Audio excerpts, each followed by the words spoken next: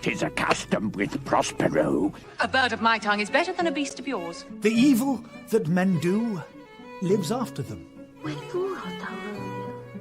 What dreams may come when we have shuffled off this mortal coil. Blood hath been shed, Dale.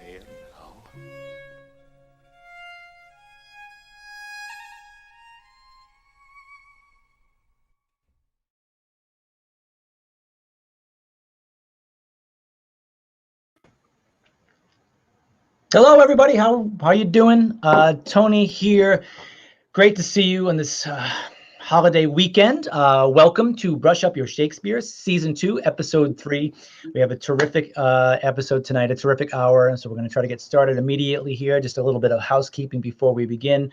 Of course, I want to thank our sponsor, Navigant Credit Union, for supporting us in this endeavor and bringing it to you, getting another season. And this season's going to kind of continue on. We'll have one more episode, which we'll talk about at the end, before the end of this calendar year. We're going to take a break for a couple of weeks because we're beginning rehearsals for It's a Wonderful Life, a live radio play. Well, excuse me, I got that wrong. It's a Wonderful Life, a real radio play, because it's actually going to be on the radio this year. So I'll talk a little bit more about that in the end, and we start rehearsals for that next week. So we're going to put a pause on this for a couple of weeks, but then we're going to be back one more time in December before the holiday and the new year, and then we'll come back in the new year with more episodes after that with some great new guests, as we've had already. This is our third episode. And tonight's guest is an absolute marvel, a colleague and a friend, someone who's been in our stage once in our new building here, in our first season here, in Carol Churchill's Escaped Alone and Samuel Beckett's Come and Go. I'm talking about Karen MacDonald, of course. Karen is how do I even begin to talk about her storied career and ability? I've been a fan of Karen's for a very, very long time before we ever got to meet, watching her from when I was, in college and in grad school up at the American Repertory Theater in Boston. And she has a resume like no other. I'm going to go through some of the highlights here, and we're going to talk about her life in the theater and her work on Shakespeare, which is extensive, plus her work on just about everybody else. I don't know anybody who could probably match her in terms of resume, the variety, the power, just the astonishment of it all. She's got a lot of Shakespeare under her belt. You may know her recently from she's worked with Commonwealth Shakespeare, friends of ours, Steve Mailer and his company, which is up on the Boston Common every summer for the past 20-something years. Unfortunately, of course, like everybody else, this summer it was on hiatus, but several shows up there, which we're going to get to and talk about. She was a founding member of the American Repertory Theater Company, performing in 73 productions there, including roles like Arkadna in The Seagull, Mother Courage, so many others. She's been probably worked in every professional theater and then some in the Boston, New England area over her time. Like I said, even coming down into Rhode Island, not only with us, but with Trinity Repertory Company, with the Huntington Theater, with Lyric Stage, with Speak Easy, with Stone, everybody. It goes on and on and on and on and on. New Rep, of course. So many others. She's worked nationally at the Wilma. She was in Houston for a couple of years at the Alley Theater. She's won awards by the bucketful. She probably doesn't even remember how many Eliot Norton awards she has. I kept just seeing them come up as I was looking down. IRNE awards. She got what was the special achievement, the Robert Brustein Prize for sustained achievement in the theater, and an Eliot Norton overall award, not just for many times for particular shows, but sustained excellence in the theater. She's also a graduate, a local girl made great of Boston University, and she teaches currently in many places, but including at Harvard University. Ladies and gentlemen, I want to welcome Karen MacDonald. Hey, Karen. Now, that's only the tip of the iceberg. I was looking at something of yours today, too, just to say how much, when I say, like, it's minuscule what I'm talking about in this short bio here. There's a thing called, I don't even know if you know it's out there, because I don't know how they get these credits, but it's like list of credits of actors. And when you look in the side of something to see how long the article is going to be, to see how tiny the little cursor is, it's going to go down the stage. This thing went on for 3 days, and I don't think it got past like 2005. So I was like, wait a minute, there's so much other stuff here. I went right to the bottom to see what the first thing was, and it was a recent credit. So right up, first of all, happy Thanksgiving. Thank you. And welcome. Thank you for coming and joining.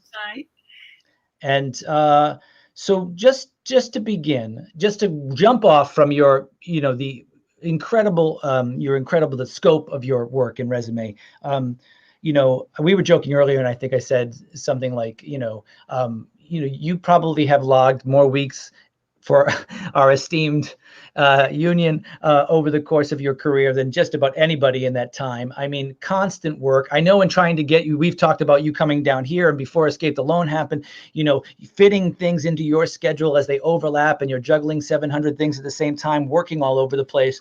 What is, to have that suddenly stop because of COVID, what has it been like, for you as an actor, as a performer, to have this hiatus that we've been on for the past 8 months? Well, it obviously was shocking. And it just so happened specifically, I was working on a production of the amazing play, The Children, by Lucy Kirkwood, at Speakeasy Stage with Paula Plum and Tyrese Allen. And we were being directed by Bryn Boyce and had a fabulous team of designers. It was a wonderful show. And the sound designer was my husband, Dave Vermedia. Yeah, yes. Anyway, we were in our dressing room. We knew we were going to continue through the weekend. And this was the Thursday night. Mm-hmm. All of a sudden, our dresser, Amanda, came in and said, "Can you put your street clothes back on, gather all your stuff together, and leave this building as soon as possible?" Because at the Calderwood, someone was rehearsing who had been kind of contact traced to someone with COVID. This was early on. Who knew what it all meant, but they evacuated the whole building. So I know I'm not alone in other actors all over New England and the world, obviously, who just all of a sudden, okay, you're done. You're done. You're done. Right. Yeah. And I think I can speak freely on behalf of my fellow cast members when I say the three of us were really, what an amazing play to be a part of. And also what a strange play to be the last play that, we will have done for who knows how long, because it's about a disaster and it's about, reconciliation and an older generation, what they owe the younger generation, and very thought-provoking and beautifully done, directed, designed, like just exactly what you want to do all the time. And we did 11 performances, and then it was like, yeah. I know that, in talking with other artists around, many people were having that experience. So it's like having the rug pulled out from under you, and in a big way, and not knowing in any way when and what will be when we come back, because people use that phrase, when things go back to normal. I'm like, I don't think that's such a good phrase to use anymore. Yeah, right. I don't think we know what it's going to be. Yeah. But it's theaters like the GAM and many other theaters, whether they're large or small, they're all trying to hold on until such time as we can tell our stories again. But it's really hard. And, I've talked to other actors and people were like, well, I'm just like learning some lines for a play that I was going to do, just to keep my mind busy, or I'm reading plays, or I'm, a lot of actors in the New England area teach as well as act. So that's been interesting, because you're trying to rethink usually some kind of a theater class online, especially an acting class. So it's been challenging, and in some ways exhilarating to think about how we're going to get through this. And then there are days where it's just like, this is awful. Yeah. I just want it to stop now. I'm ready for this to stop. But what else can we do but press on, move forward every day. Well, you and lately, I think of The Children and your work with us just last year on Escaped Alone. Is these are plays that as you say, and if you were doing Escaped Alone, when we spend a lot of time in art in the theater predicting the end of the world, and predicting these kind of cataclysms and showing what it might be like, where we're going. Great authors like Lucy Kirkwood, like certainly Carol Churchill, are always thinking ahead to where are we going as a species, what's going to happen to the planet, etc. How are we dealing with it now? And then here we are in a situation where it actually happens, right? where something akin to, not the end of the world, of course, but a cataclysm of a pretty profound kind. And as we see what we're dealing with here in terms of both the disease itself and then the encroaching, ecological disaster that continues unabated. It only seems to get worse by the minute. I mean, the wildfires are still happening. You know what I mean? It's, in massive parts of this country as we speak. And here it is in late November going into the winter. So sometimes, it's great, we as artists, right, and actors get to be in these stories that we don't think are ever going to come to pass. And then they do. Are never going to come to pass. Yeah, it's true. And then they do. And the thing with the play, then there's going to be an end, whatever it may be. But there'll be the lights will go down, and then there'll be applause, and then that's it. But that's not what's happening. Well, I remember that moment. I think we have a picture from it in Escaped Alone, when you are all singing the Do Ron Ron, and in the middle of this kind of looming catastrophe. And I think it feels like a kind of great image for where we are right now. You talk about us being at home and memorizing lines and trying to find these little kind of bursts of light within the darkness, so to speak, and how we're going to kind of it's the affirmation that art can bring us that we're all missing right now. We were talking earlier too, and you have so much of, I know you've done film and television work as well, and now that we're all we're kind of on film and TV all the time when we're doing this two-dimensional form, which we're not used to.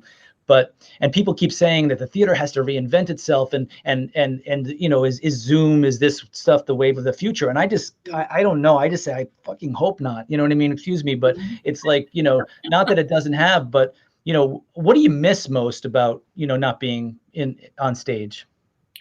Well, that very thing, not being on stage. It's a place I've been really comfortable for a lot of my life since I was a kid. It was the place where, when I first did my very first play in a children's theater, I was like, inside. I felt like, yeah, this is where Pinocchio. See, I told you I did my research on you. Yes, I played Pinocchio. No, with a fake nose. But, I was 9 years old. And I think that feeling for me and for many other actors, whenever that moment came in your life, you realized you were home. That was home, was being on that stage in the lights, talking to people out in the dark, telling them a story that you hoped would thrill them or scare them or inspire them, and that it's never, that's never gone away. So, and I miss the camaraderie, obviously, because that's a big part of the theater is the people that you work with and the community of actors. In Boston, it's like we interact with each other so often, and that's just, not happening. And it's really hard. I mean, there's I did a production of Calendar Girls a few years ago at Greater Boston Stage Company, and Nancy Carroll, who's a wonderful actor and was also our director, she at some point, like in March, said, okay, I live in Rockport, I'm alone, I need some company. And so we started this weekly Calendar Girls meeting, and we do it every week at 5:00. And it is just great to be able to see this screen full of faces of women of a certain age, because of us all being in Calendar Girls, and just being able to share about, what's going on and how are you feeling. And we try not to get bogged down too much with politics, although sometimes that's impossible, but it's more being able to see people's faces, not being able to collaborate with those people and not knowing when that's going to happen again. I think that's a really difficult thing to, and anxiety producing. And another thing that's come up, I think, with actors older who, like myself, have enjoyed a life on the stage, wherever it may be, that you start to, as sort of the paying it forward idea, you're like, well, what's going to happen to the younger actors now who are having this incredible disturbance in the middle of of their lives, and how are they going to have their lives on the stage? And we need them on the stage, and we need them in the theater, and how can we help them? And it's like finding your way towards that, because I feel like I've been a very fortunate actor. I've had work much of my professional life, and exciting work and interesting work, and I've been able to travel the world, and I've been able to work on a lot of amazing plays with some incredible directors. And you want to think that it's a tradition and we pass it on, and so the people coming up will be working on whatever plays they want to work on, but that it will continue. And it's just nerve-wracking right now to feel like, well, how's that going to happen? How? So because that passing it on happens, in the rehearsal hall, right? It happens on stage itself. It happens in a tactile, non-socially distant manner. It can't be something that we do at a distance, I mean, also, you've had a bunch of stuff interrupted, as many of us have, but I know you're also this year a Fox Foundation Fellow at the TCG, American Theater, and the Theater Communications Group, which is a year-long project that you've been working on and were awarded as a distinguished actor in America. And I know that there's several other actors that are involved in that who are younger, right? I mean, who are at different points in their career. And part of that fellowship is geared towards saying, how do we communicate across generations as well to continue this great work? Right. I mean, this fellowship it's actually a 2-year-long fellowship, but we were 6 months into it, and then we weren't anymore. And there's 6 of us in my particular group. It changes slightly from year to year. And there are 2 of us who are older women, therefore distinguished. Distinguished, right. But everybody else is a younger person. And I mean, all of us have been affected in that it's a grant that's connected with other theaters. So you're supposed to be with a theater, be there in person, work on your project, also use some of the grant money to travel, to do things that you might want to do in the world. I was supposed to go to Italy last summer to La Mama, Umbria, to do their playwriting program, and was looking forward to being in London to doing some workshops with Complicité, and it just and that's just me. I mean, each one of us in this Fox grant program for that particular year. I mean, and also people were saying, not only can I not do what I want to do, but if I'm trying to create something, I feel really stuck. Right. Like I don't feel creative right now. I feel like I'm going crazy, or the world is ending, or I can't go outside, or how are the people in my family going to fare while this is going on? So I mean, it's amazing how much it just stopped everything in its tracks. And, obviously that includes everything that everyone does in the world, but just specifically in the theater, in the performing arts, it's really, I mean, it's great to be able to listen to the BSO, but nothing takes the place of going to Tanglewood and hearing them, or being in Symphony Hall, of course. For dance as well. And opera, it's just, they're meant to be experienced live. So that's what's worrisome, I think. Well, we're missing the conversation that we have ultimately with the audience, right? And we talk about in this in terms of, thinking about Shakespeare as a great, the kind of, the communicator in the English language of that, on the Globe stage back in the late 16th, early 17th century, under that wooden O, under the open sky, people came out there and just delivered right to the audience. We're always doing it for them in this incredible language that heretofore, and psychology that people hadn't kind of heard on the stage before, and has defined so much as what's come after it. I know it's been a big part of your life, but as we're sitting here, we're talking, and you talked about this musical Calendar Girls, right, which is based on the film the Helen Mirren starred in, right? It's a lovely comedy. They made a stage musical out of it. It's light as a feather and wonderful. You talked about that. You talked about, I'm going to go to La Mama in Umbria, and then Complicité, which for people out there who don't know Complicité, go find them out immediately. There's actually a great Simon McBurney's latest piece, which was a gift during COVID that they were streaming for free through the, I believe through the National Theatre, but which you should check out and wear headphones. It's this amazing experience. But your restlessness as an artist, and that's covering all of this ground from Calendar Girls to Complicité to all of the great kind of work, we just to use a bad umbrella word, avant-garde work that you have been a part of at American Repertory Theater and other places, that's been pushing boundaries of this art form, and that you continue to do, and Carol Churchill and the Children, and looking for projects that kind of fill all that. I don't know many actors who have the scope of the stylistic choices that you've made as well. Can you talk a little bit about your appetite for all of it? Some actors want to pigeonhole. I want to be a musical theater person. I want to be a Shakespeare person. I want to be just a comedy actor or whatever, or someone but you do every single possible thing. Well, I really, in fairness to the amazing musical theater talent that exists in Boston, I am an actor who sings. I don't have the chops that be one better than me, who's an actor who can't sing. So really, I love doing that. It's been fun. I think maybe it comes from the very first job I had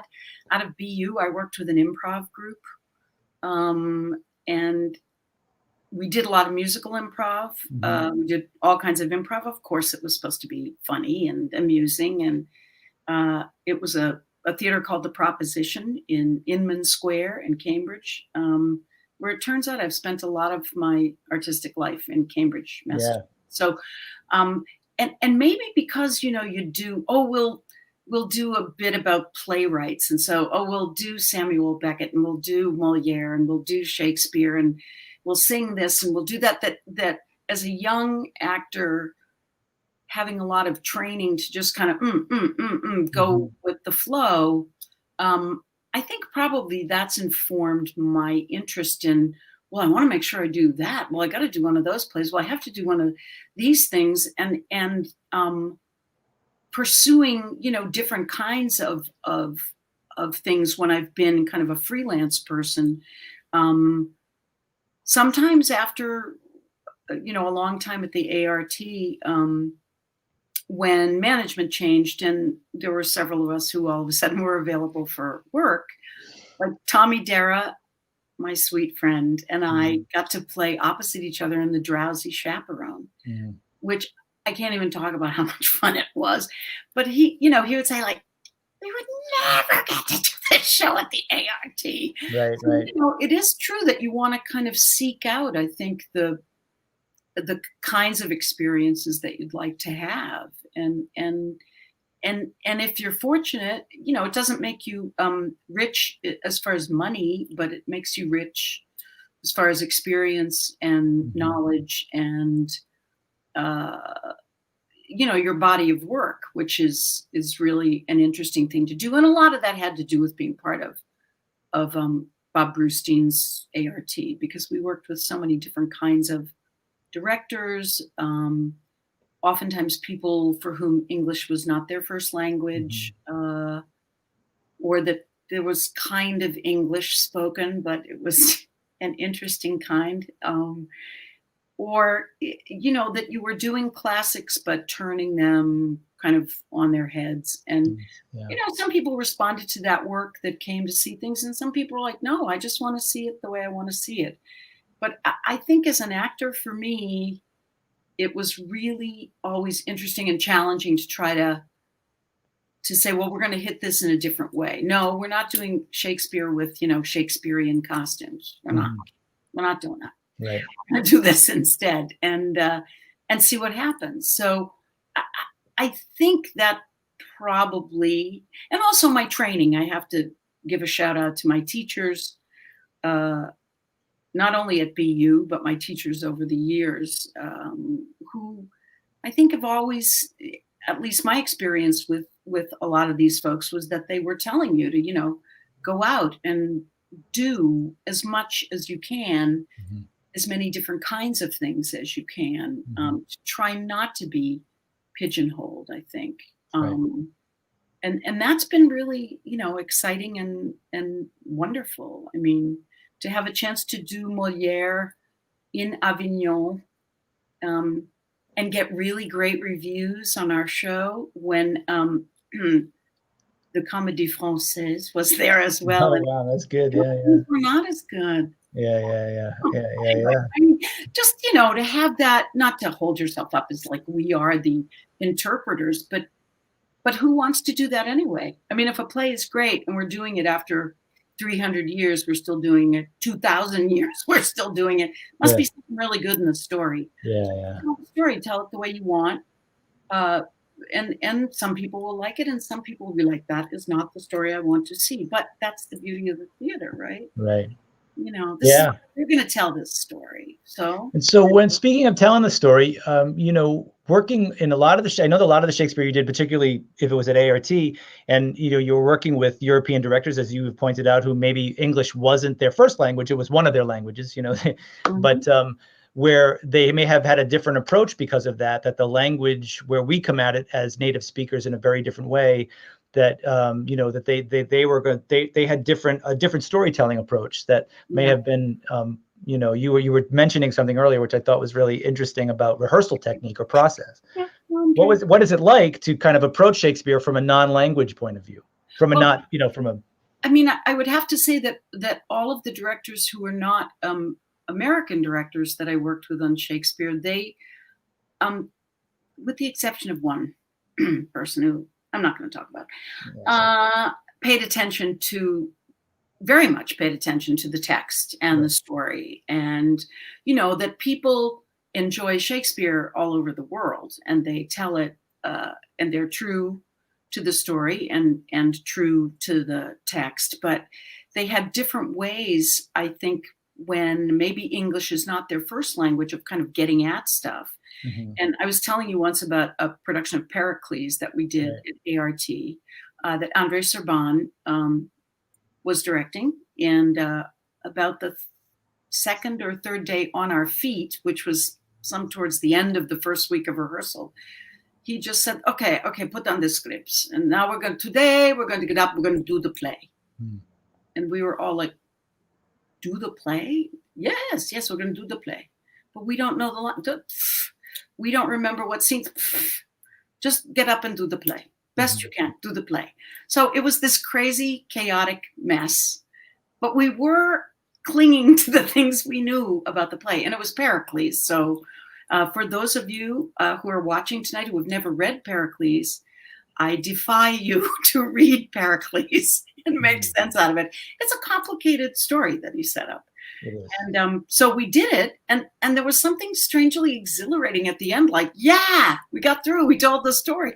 I don't know what we did, but it was kind of a way for him, I think, to just make us use our bodies, use our minds, and use the other actors as the way to tell the story, which is the way that he wanted you to do it anyway. So those kinds of things can be fun, scary, but fun. Well, it points to, is a word we hear often with Shakespeare, which is universality, right? That somehow, and we do know, which is interesting, that, across Europe and in non-English speaking countries, which is most of Europe by a long shot, everywhere but England, or the United Kingdom and Ireland, where, Russia, after Pushkin, he's the national poet, in all over where, and it's hard for us, those of us who don't have those languages, to wonder, what it must be like for audiences to approach an author who they have that much reverence for. When I think about it, we think of maybe Garcia Marquez or somebody, and you go, well, if his books are that brilliant in translation, what must they be like in, what must Chekhov be like in Russian if it's as good as it is in a language that he didn't write it in, and yet it still plays, and there's something fundamental about these stories, and the complexity. I think what they share in is the complexity of character that certainly all of these writers we're talking about were kind of incredible, obviously brilliant at. So to your kind of all of these different things that you've done, all of the different authors and being submerged and the way the work talks to itself, or how would you say, how does, what is it, maybe a tricky question, but an author that how does Brecht, for instance, which I know you've done a lot of, how does his work speak to Shakespeare, or does it? I guess it's a question. Or how do you find does Beckett's work linked to Shakespeare, to Moliere's? Like, do you find that these authors are talking to each other constantly, or that you as an artist are thinking about what you're taking from one, what you're learning in one, and maybe bringing to another? Or yeah, I think so, and I'm not sure that I could make those connections in a particular way with anybody but Shakespeare, but it does feel like many theater artists over the years have been inspired by the way that he told stories. And who knows, maybe, for Brecht, it was like, I don't want to see things that way. I don't want to see the things this way anymore. I want to do what I want to do. I'm going to be right out here. We're going to be with people. We're not going to hold back. There's going to be some presentational kinds of things. There's going to be big stories. There's going to be singing. There's going to be, and then Beckett, doing something amazing and incredible and universal, as you were saying earlier, like the universality of Shakespeare, that these are, his particular way of telling these kind of monumental stories. I mean, I don't know that Shakespeare was necessarily, I figure he's probably kind of a beacon, because there he was with his, 18, please tell me I'm right, 18 plays that everybody reads and everyone is familiar with in some way or other. And they want to hear that story because it's a good story. So it's a powerful story. It's a human story that still affects people. I mean, certainly, it seems like all of even Moliere in his own particular way, maybe at first he started out as he was the guy traveling on the wagon, and they were doing these quick little plays and stuff. But, he moved into a world where, and his plays they are hilarious, but they also have this deep message, and some of those messages are not very pleasant, and some of them are really important for like now. So I guess for me, it's thinking that probably the way Shakespeare was inspired by all his sources, all his stories that he used, that people are inspired in turn by him.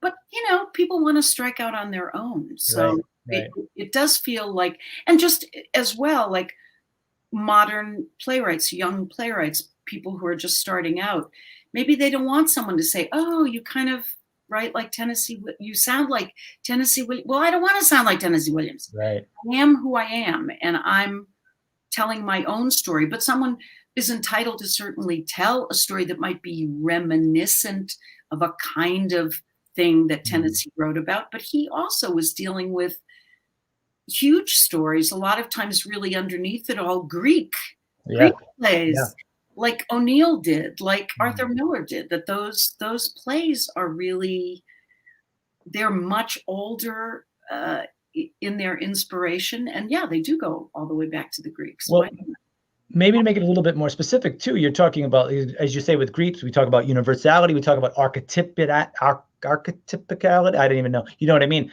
The archetypal, right, or typal. And we were going to focus this on Shakespeare's moms, and, the other you've played a lot of Shakespeare's moms. You played a lot of other famous moms, including Mother Courage, maybe the most famous non-Shakespearean mother, maybe even more famous. Mother Courage, speaking of Brecht. And then I think of having seen you also play Mary Tyrone in Eugene O'Neill, who's also, of course, always been drawing on the Greeks and suffusing it through an incredibly American, his own family, obviously, everything kind of written in blood, as he says in the prologue to that, right? So, these fundamental stories about parents and children, right, and mothers and children. And in Shakespeare, there are many, many great mother roles. There's also a great many plays in which the mother is not there, is absent for some reason often we don't even hear. There's no, why is there no Queen Lear? What happened in that family, right? Which is always a big thing we talk a lot about at the table, and does inform the relationship of the single parent. I'm thinking of Prospero as well. But you've played a lot of the big Shakespearean moms, including, and we'll talk about in a second, Gertrude in Hamlet, which is probably, there she is, maybe the most famous, and one not so famous, but should be, as I think, which is Volumnia in Coriolanus. Those pictures are both from productions that were done up at Commonwealth Shakespeare, which was done outside, the way it's meant to be, right? So, having explored a lot of that, and there's many, many others. You've played Titania, who is obviously a mother figure in very important ways in that, and several others. The Countess in All's Well That Ends Well as well, which was also a production I know that you've done up at Commonwealth, in a brilliant, brilliant mom character. And they're all very different too. What has it been like to kind of take on some of those parts, including, and I would connect that to mother courage? What is this idea of, and this is, this was your idea. You said, what about Shakespeare's moms? Because we were coming right after Thanksgiving. So many of us, didn't even get to have Thanksgiving with our moms, because, we're trying to protect mom and, and all of that. But, so a little holiday special here. But what has it been, tell me, Shakespeare's moms, or moms in general on stage, that primal relationship? Yeah, I mean, they're amazing characters to get to play. And I have to say, for me personally, who is not a mother, it's also that thing you get to do as an actress, to take on that idea of having a child and caring about a child. I can't say that maybe it's just not in the theater, the canon of the theater, that many of the moms are either healthy or very good. I mean, Mother Courage will kind of trade her children away when the moment comes for her to stay alive and survive. And Gertrude, I think a lot of people see Gertrude as well. If she was just a better mother to Hamlet, and she didn't ignore him, or she didn't spoil him because he's the only boy, and then maybe it would have been a different kind of play. Well, then maybe Shakespeare wouldn't have been interested in writing it. And then, a mother like Volumnia, who is so on her own path. I mean, she's kind of the quintessential, she's like a stage mom, but she's a military mom. She's pushing her kid. She's a helicopter parent. Yeah. She's a modern, she's that like hovering, pushing, which doesn't end well for her child. And then, someone like Mary Tyrone, who you feel in her heart, she wishes that she could make contact and connect, but she can't for a number of reasons. And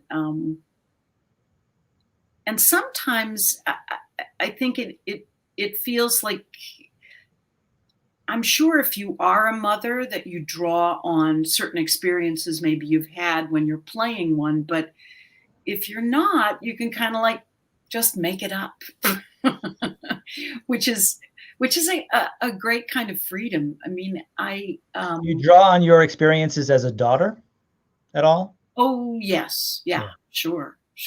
Absolutely. And just being part of a family. I mean, that is what so many of the plays that we do are about. They're about families of some kind, traditional or a non-traditional, or a group of people that are behaving like a family, or, that's where a lot of the problems come, the difficulties come, the love that maybe people are searching for, the way that people want to connect with one another, that it seems to be a pretty human condition. And I feel like Shakespeare really latched on to that idea. And I found out today, because I guess I hadn't noticed this factoid, which when he wrote Coriolanus, that was the year that his mother died. Wow. His real mother, his actual mother, who we don't really know very much about her. Not that much, no. And so whether that freed him up to say, okay, now I'm going to write Volumnia, Yeah. or it was some sort of reflection of who she was or who she wasn't, or how that informed him. Yeah, we do know that, you know, there's a brilliant recent novel by Maggie O'Farrell called Hamlet, which is centers mostly on Anne Hathaway, who she calls Agnes in the book, but about Shakespeare's family life at that time. He's absent for most of it in London, but really looks at that family dynamic, in particular him and the circumstance of writing Hamlet in the wake of his 11-year-old son's tragic death to disease. Right. And then I think, and then, you know, I love that. I didn't know that either. And there's some stuff in the book about his parents a little bit, and mostly it's fictional. It's imagined because we don't have a lot of fact. But I think the argument that O'Farrell makes, and I think is absolutely right, is what we're talking about, is that Shakespeare worked as personally from his own world and his own day-to-day domestic kind of, challenges and his own life, and which makes those characters so what we would call real, because he was observing, right? But, you know, with Gertrude, if we can look at Gertrude for a second, speaking of Hamlet, and a role that you've played, you know, where, you know, there's a flawed relationship and a very challenging, conflicting relationship with the son. She marries the uncle, etc., and all of this.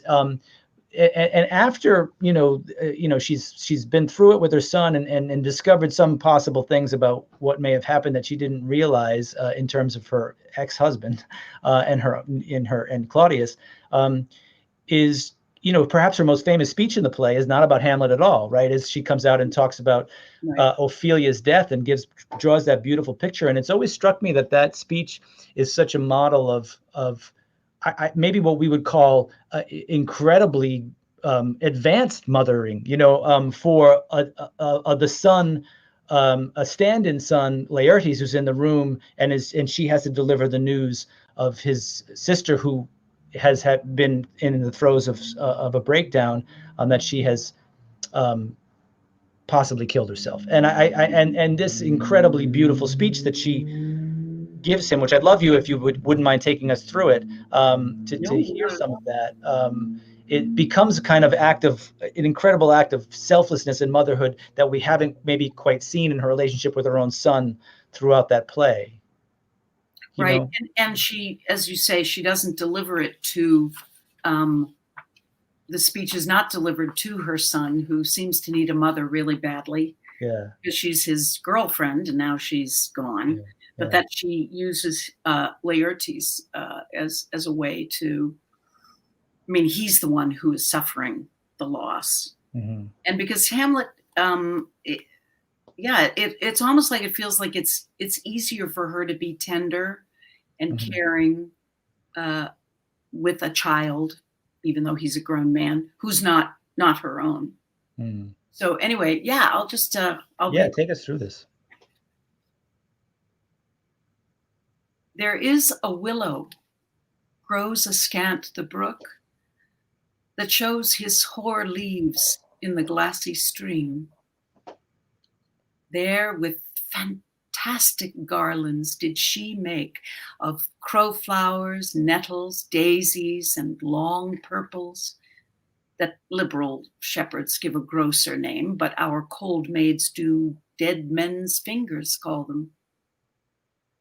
There, on the pendant boughs, her coronet weeds clamoring to hang, an envious sliver broke, when down her weedy trophies and herself fell in the weeping brook, her clothes spread wide, and mermaid-like a while they bore her up, which time she chanted snatches of old lauds, as one incapable of her own distress, or like a creature native and endued unto that element.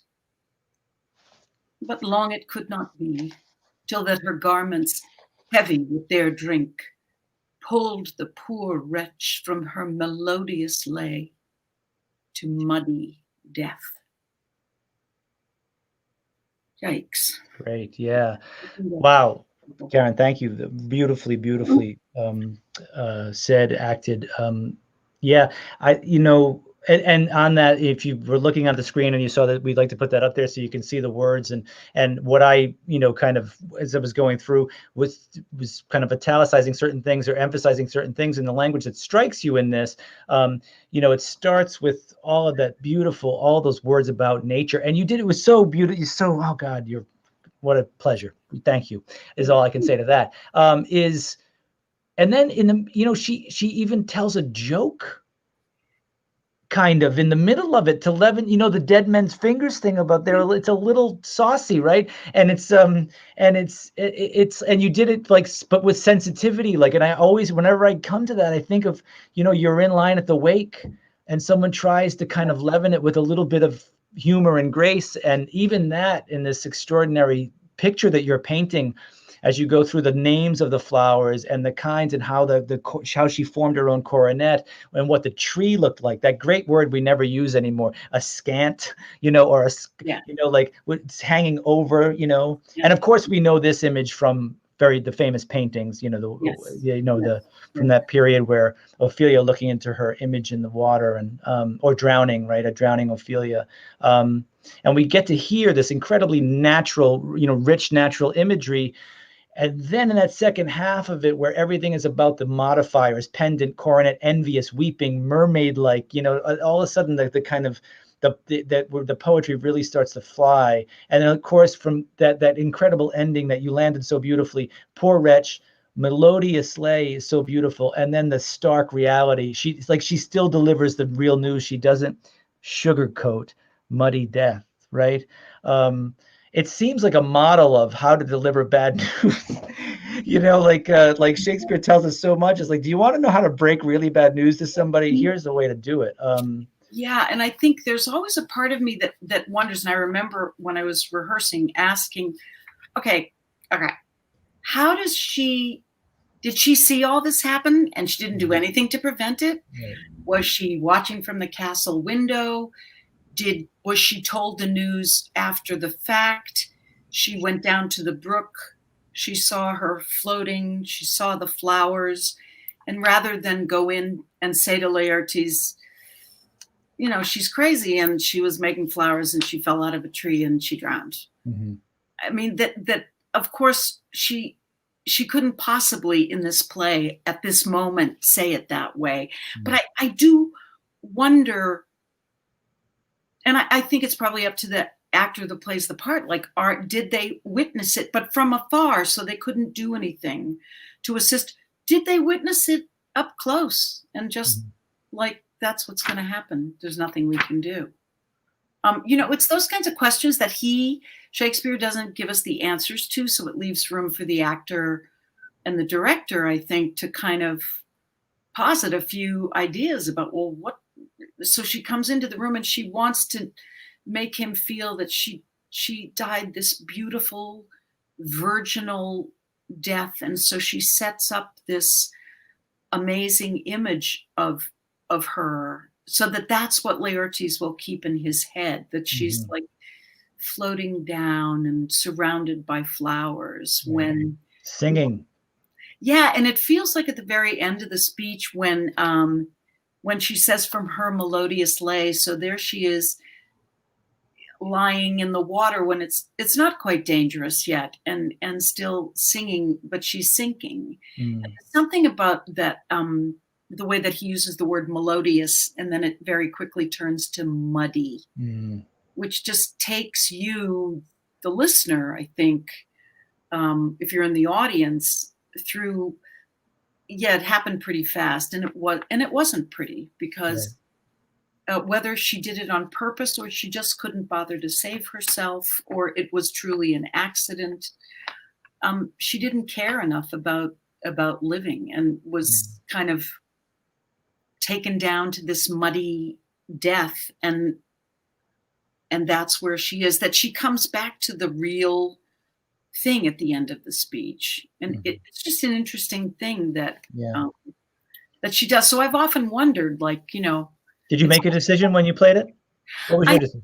I think we did decide that it probably was that she was nearby and maybe even approaching, but not close enough to actually prevent what was happening, and then more seeing the effect of it and being told by people who were probably, if a serving woman or something was following her, or someone was keeping an eye on her from the palace, because we do know that they're like, let's keep an eye on her because she's not doing very well. Right.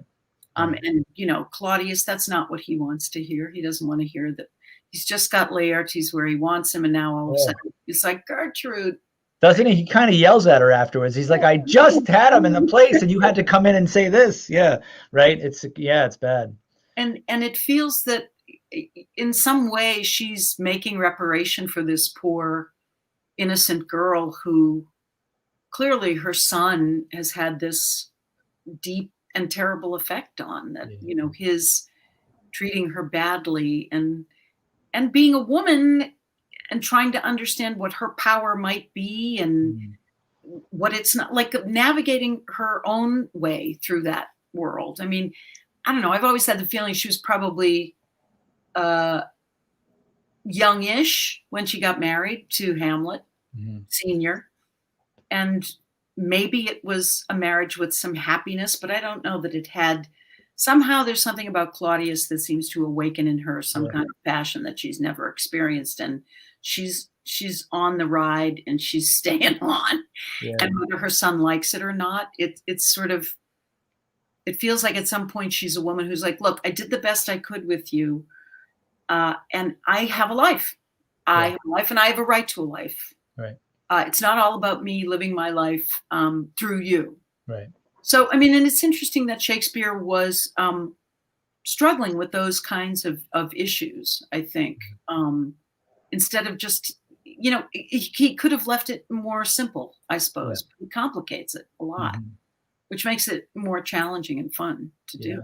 Well, and there's a communion, right, with that she has with Ophelia there in that speech, that there's a coming together. I mean, I guess it's, she has that beautiful sweet, I mean, after that one very simple line at the funeral, right, where she drops the flower in or whatever and says sweets to the sweet, right? That there's in that her and Ophelia join in some way, and seems to be a communion around, and we've just had the scene. It was only probably 3 scenes back where the famous scene between Hamlet and his mother and Gertrude in her bedroom, right?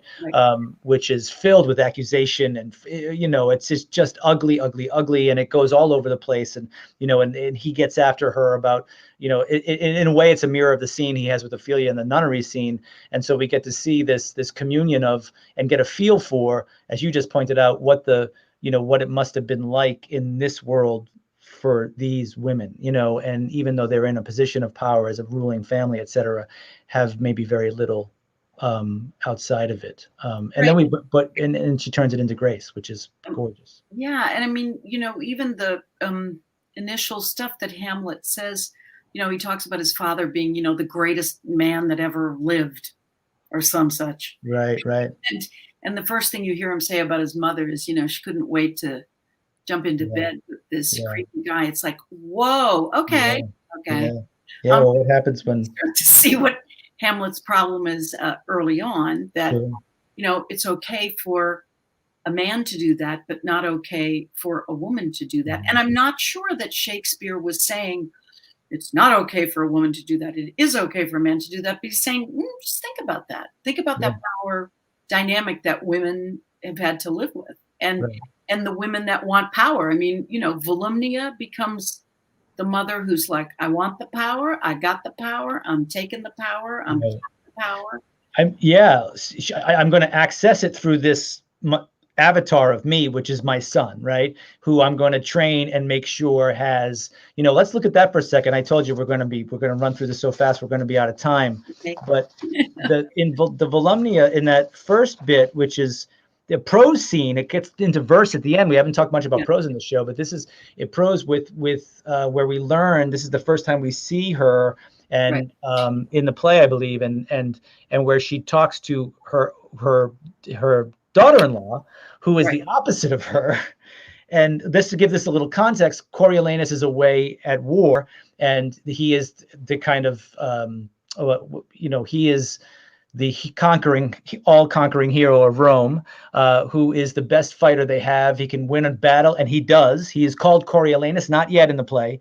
He is called Coriolanus because he basically gets locked into the walls of Corioli and comes out alive, having won by himself, right? Covered from head to toe in blood. And she's trained him to be this, and she explains it here why it's so important. And just so, speaking of complicated moms and how one would access power, I'll read in Virgilia here, and I'll do my best daughter-in-law, but just to get through this, just to hear the difference in the language from that generative natural language to this kind of martial, aggressive, sharp stuff that Volumnia lays out from here.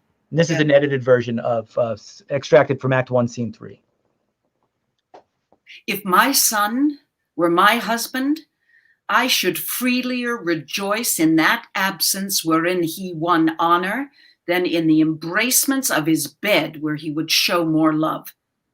When yet he was but tender-bodied and the only son of my womb, when youth with comeliness plucked all gaze his way, when for a day of kings' entreaties a mother should not sell him an hour from her beholding, I, considering how honor would become such a person, that it was no better than picture-like to hang by the wall if renown made it not stir, was pleased to let him seek danger where he was like to find fame.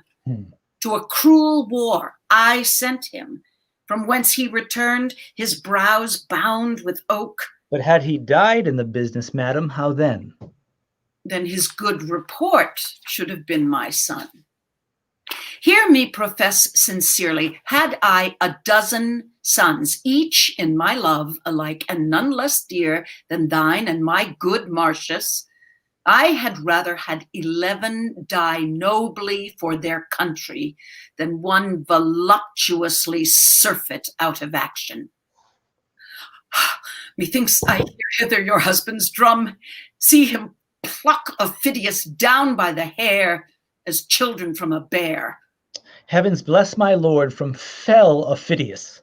He'll beat Ophelias' neck below his knee, head. No, let's take that again. He'll beat Ophelias' head below his knee and tread upon his neck. Oh, very different than Gertrude. I mean, wow. Yeah. That last line is, he'll beat Ophelias' head below his knee and tread upon his neck. That's one of the most violent images I can think of in all of Shakespeare. And there's a lot of violent images. There's something so real about that violence, you know, and so specific, and that it comes out of her, that she's imagined him doing that, it's extraordinary. Wonderful reading to, again, Karen. Wow, just such a pleasure to listen to you, let this spool out of you. But the martial language she uses, but then there's the mother's tenderness, and you did it so beautifully when you kind of laughed a little bit when you said, when for a day of kings' entreaties, a mother should not sell him an hour from her beholding. And there you are going, when they all, you've got the little one, and everyone wants to take him from you. And even a king saying, let me see the boy. You're like, no, he's staying with me because I love him too much and I can't let him go. I have to protect him. So there's that thing under there, right? It's the same fierce kind of animating protective love. It's not just, I want my kid to go and die for honor, right? No, I mean, she says, I would just as soon have him die with honor than, live with shame. But we know that she really means no, but I want him to live with power and with fame. And I'm going to be right there by his side because, I guess being, I'm thinking of like some of the sources for Shakespeare, with Roman creating this kind of Roman world where the mothers, I always feel like they didn't necessarily, from what you read, they didn't have to like hide in the kitchen. They could be out there and they could be strong, and they were political and they were powerful for who they married, who they were having an affair with, how they were negotiating, again, their power and their way through. And he's like, she did one perfect thing in her life, which was give birth to him. Yeah. And she is going to protect him in any way she needs to. And she's picked him a nice, perfect wife She's very perfect. She's seen but not heard. Don't say too much. Yeah. She's not going to compete with mom. No way. No. Yeah. Whereas, you know, in the play, it's not in the scenes we read, but the grandson, the child that they have, she loves the fact that he's like, you know, catching butterflies and tearing off their wings and being this little cruel child that she's like, yeah, he's going to be another soldier. He's going to be strong. And, you know, she pushes him in the play to play nice and be political, which is not his bag, and to accept and do and be nice and play nice, you know, plays well with others. And he's not good at that. And that's what gets him into trouble and gets him kicked out of Rome and, you know, turns the whole play upside down for her. So, but it's really interesting because I feel like she is treated by the other men in the play not quite as an equal, but they respect her a lot. Yeah. And they look to her to influence him. Okay, he's not going to listen to us. You tell him. And in the end, when, as you say, he is banished from Rome, and he famously says, I banish you. And then he goes and joins the other army that he's been fighting with all of his life, Ophelias, and he comes back to take over Rome. And the only person who can stop him is you. Yeah. And there's the famous line where she gets him. You say, say here that you'd rather have him die with honor than live with shame. You, in a sense, in his mind, you force him to live with shame. He says famously, "Oh, mother, what have you done?" Because he knows it's one of the great Shakespearean kind of recognition, reversal at the same time moments in all of his writing, I think. And I wish this play were done more often.